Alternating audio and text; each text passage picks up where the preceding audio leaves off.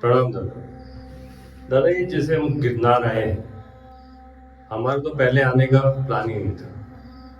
और अचानक ही मतलब एक दिन पहले या एक दिन से भी कम समय पहले ये इसका प्लान और हम आए। जब शुरू में प्लान किया था जहाँ हम रुकेंगे, वहाँ नहीं रुके, उसकी जगह कोई और ही स्थान मिला। और जो स्थान मिला वो अद्भुत मिला।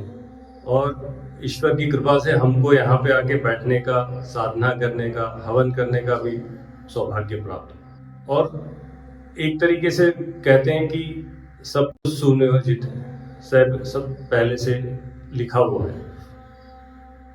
तो ये सब अगर पहले से लिखा हुआ है तो हमको प्रयास करना चाहिए। इसका कितना महत्व है? कर्नल साहब, आपका बहुत अच्छा सवाल है ये।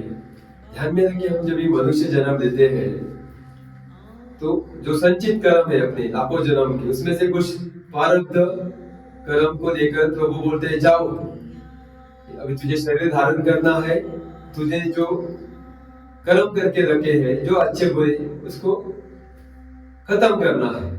और हम शरीर धारण करते हैं, आते हैं।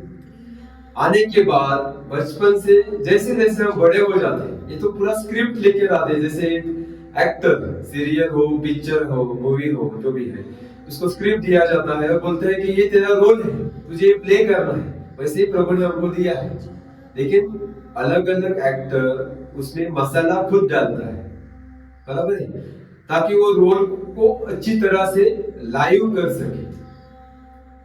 वैसे ही हम जैसे जैसे बचपन से उस रोल को करते करते बड़े हो जाते हैं, तो उस समय में हम जो अपने जो विकार है, वो विकार रूपी मसाला अपना खुद का बनाया हुआ है, प्रभु ने हमको नहीं दिया है। उन विकारों को, लोभ, मत्सर, ईर्ष्या, अहंकार, वासना, ये सारे विकार हैं, ये सारे अपनी पैदाश है। तो बचपन से बड़े होने तक जो हम क्रियामान कर्म कर रहे हैं, हम आए हैं प्रारब्ध को खाली करने के लिए, लेकिन क्रियामान भी बढ़ रहे हैं।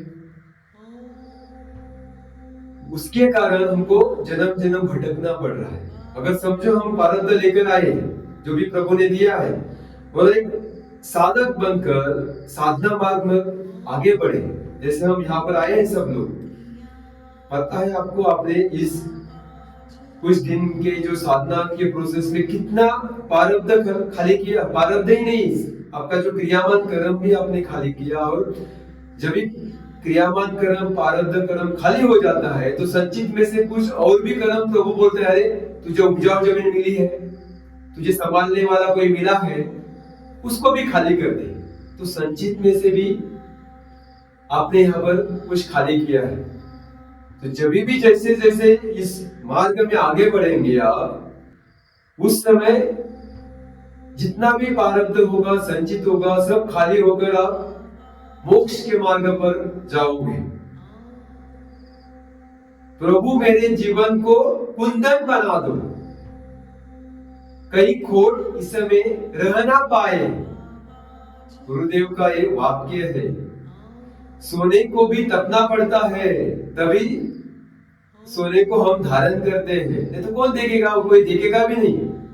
तो ये जीवन रूपी जो समुद्र है, उसमें मंथन तो करना पड़ेगा।